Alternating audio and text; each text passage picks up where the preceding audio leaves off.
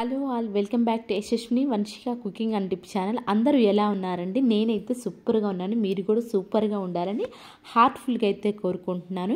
ఈ టిప్స్తో రెగ్యులర్గా కిచెన్లో పనులను సులువుగా చేసుకోవచ్చు, అనవసరమైన దాన్ని రీయూజ్ చేసుకోవచ్చు, మన మనీని అయితే సేవ్ చేసుకోవచ్చు. ఫస్ట్ టిప్ని అయితే చూసేద్దామండి. కొన్నిసార్లు టీ షర్ట్స్కి ఈ విధంగా ఎక్కువ నెక్ కనుక బ్రాడ్గా ఉంది అనుకోండి, దాన్ని మనం మిషన్ తోటి అవసరం లేకుండా ఎలా స్టిచ్ చేసి మంచి మోడల్కి కూడా వస్తుందని మీరు స్టిచ్ చేసిన దగ్గర చూసారు అంటే అబ్జర్వ్ చేస్తే ఖచ్చితంగా మంచి డిజైన్కి కూడా అనిపిస్తుందో అది ఎలాగ చేయాలి ఏంటి అని చూద్దాం.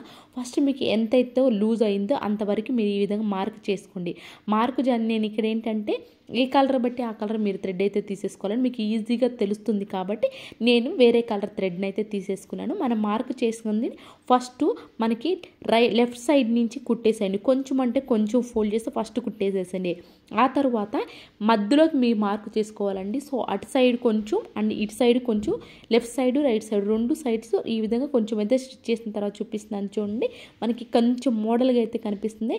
ఎక్కడైతే మనకు బ్రాడ్గా ఉందో నెక్ అలాంటప్పుడు ఈ విధంగా కనుక స్టిచ్ చేసుకున్నారనుకోండి, మిషన్ కుట్టుతో అవసరం లేకుండానే మంచి మోడల్గా ఉన్న టీ షర్ట్ అనేది రెడీ అయిపోతుంది. కానీ మనకు కూడా నెక్ అనేది లూజ్ లేకుండా అయితే ఉంటుంది. అండ్ నెక్స్ట్ టిప్ వచ్చేసి కేక్ అడుగున ఈ విధంగా బేస్ అనేది వస్తూ ఉంటుంది కండి.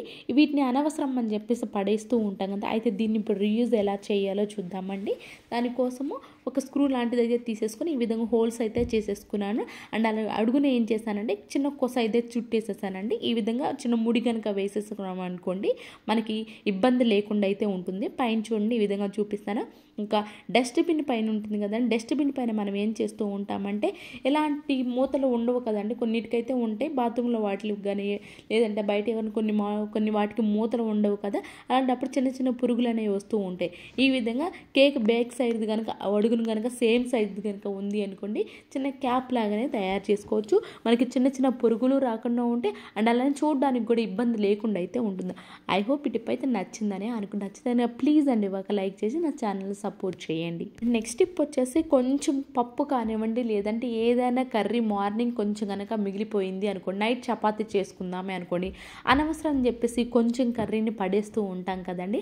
అయితే దీన్ని పడేసే అవసరం లేకుండా మనం చపాతీ ఇన్ కేస్ కనుక చేసుకుంటూ ఉన్నామనుకోండి, దానిలో కలిపేసుకున్నామే అనుకోండి, మనకి సూపర్గానే సేమ్ మనకి కర్రీ అవసరం లేకుండా కొంతమంది సపరేట్ కర్రీ పెట్టుకొని చపాతీస్ తింటూ ఉంటాం కదండి. అలా అవసరం లేకుండా ఇదే చపాతీని సింగిల్గా అయితే తీసేయచ్చు. బట్ ఒకటి ఇక్కడ కొంచెం సాల్ట్, మన కర్రీలో సాల్ట్ ఉంటుంది కాబట్టి కొంచెం మీరు సాల్ట్ వేసుకునే తక్కువ కనుక వేసుకొని ఈ విధంగా కర్రీని కనుక కలిపేసుకున్నారనుకోండి ప్లెయిన్గా కూడా తినేసేయచ్చు. అండ్ నెక్స్ట్ టిప్ వచ్చేసి పిల్లలకి ఇయర్ టాప్స్ పెడుతూ ఉంటారు, లేదా మనకైనా కానీ కొన్నిసార్లు స్క్రూ లూజ్ అయిపోయి ఆటోమేటిక్గా మనకు తెలియకుండా పడిపోయే ఛాన్స్ అయితే ఉంటుంది కదండి. అలాంటప్పుడు మనకి స్క్రూ అనేది టైట్గా ఉండాలి అని అనుకుంటే మాత్రం కొంచెం కాటన్ ఉంటుంది కదండి, కాటన్ కనుక పెట్టేసాము అనుకోండి, మనకి స్క్రూ అనేది చాలా లూజ్గా ఉన్నప్పుడు సింపుల్గా ఈ విధంగా కాటన్ పెట్టి చాలా టైట్గా అయితే ఉంటుంది స్క్రూ అనేది. అండ్ నెక్స్ట్ వచ్చేసి వైట్గా ఉన్న ఈ విధంగా బెడ్ లైట్ని మనం మంచి కలర్ లైట్గా ఎలా తయారు చేయాలో చూద్దామండి. ఇలాంటి లైట్గా మనకి కలర్స్ వైట్ దానికి కొంచెం కాస్ట్ తక్కువ ఉంటాయి, కొంచెం కలర్వి ఉన్నాయి, కొంచెం కాస్ట్ ఎక్కువ ఉంటాయి. అయితే మనం ఇంట్లోనే వైట్గా తీసుకొచ్చుకున్న ప్లెయిన్ బల్బుని ఏ విధంగా కలర్ లైట్లా తయారు చేసుకుందాం చూద్దామని. దానికోసం మీకు ఏ కలర్ అయితే ఇష్టంగా ఉంటుందో ఆ కలర్ బెలూన్ అయితే తీసేసుకోవాలండి. స్టార్టింగ్ పాయింట్ ఏదైతే దాన్ని కట్ చేసి పెట్టేసుకున్నామే అనుకోండి, చూసారా మనకి కలర్ బెలూన్ తోటి కలర్ లైట్ అనేది తయారు చేసుకోవచ్చండి. రూపాయి ఖర్చు లేకుండా మన ఇంట్లో బ్యాలెన్స్ ఉంటే చాలండి, ఏ లైట్ కావాలంటే ఏ కలర్ కావాలంటే ఆ లైట్ని అయితే ఫిక్స్ చేసుకోవచ్చు. ఐ హోప్ ఇది కూడా నచ్చిందని అనుకుంటున్నాను. నచ్చితే ఏది మీకు బాగా నచ్చింది అనేది కమెంట్ బాక్స్లో కమెంట్ చేయండి. నెక్స్ట్ టిప్ వచ్చేసి కొంతమందికి ఐస్ ప్యాక్ పెట్టుకుంటూ ఉంటారు కదండి. ఐస్ ప్యాక్ అందరికి అవైలబుల్లో ఉండదు కదా. అలాంటి వాళ్ళు ఈ విధంగా ఐస్ని మనకి ఇలాంటి పర్సెస్ అయితే ఖచ్చితంగా ప్రతి ఒక్కళ్ళ ఇంట్లో ఉంటాయి కదా. ఈ పర్సల్లో కొంచెం పెట్టేసుకొని ఐస్ ఎక్కడైతే మీకు పెయిన్గా ఉంటుందో ఐస్ ప్యాక్ లాగా ఈ పర్సన్ అయితే సూపర్గా అయితే ఉపయోగించుకోవచ్చు అండి. ఎవరికైనా పెయిన్స్గా ఉన్నప్పుడు డైరెక్ట్గా మీరు టవల్లో పెట్టేసుకుంటారు, టవల్ పట్టుకోవడానికి కూడా ఇబ్బందిగా ఉంటుంది కొన్నిసార్లు. అలాంటప్పుడు ఈ విధంగా పర్సులో కనుక పెట్టేసుకోవడం చాలా కంఫర్టబుల్గా అయితే ఉంటుంది. అండ్ నెక్స్ట్ టిప్ వచ్చేసి చపాతీని కానివ్వండి పూరి కానివ్వండి ఎక్కువ చుట్టాలు కనుక ఉన్నారే అనుకోండి, మనకి చెయ్యాలన్నా కూడా చాలా ఇబ్బందిగా ఉంటుంది, చాలా టైం ప్రాసెస్ కూడా.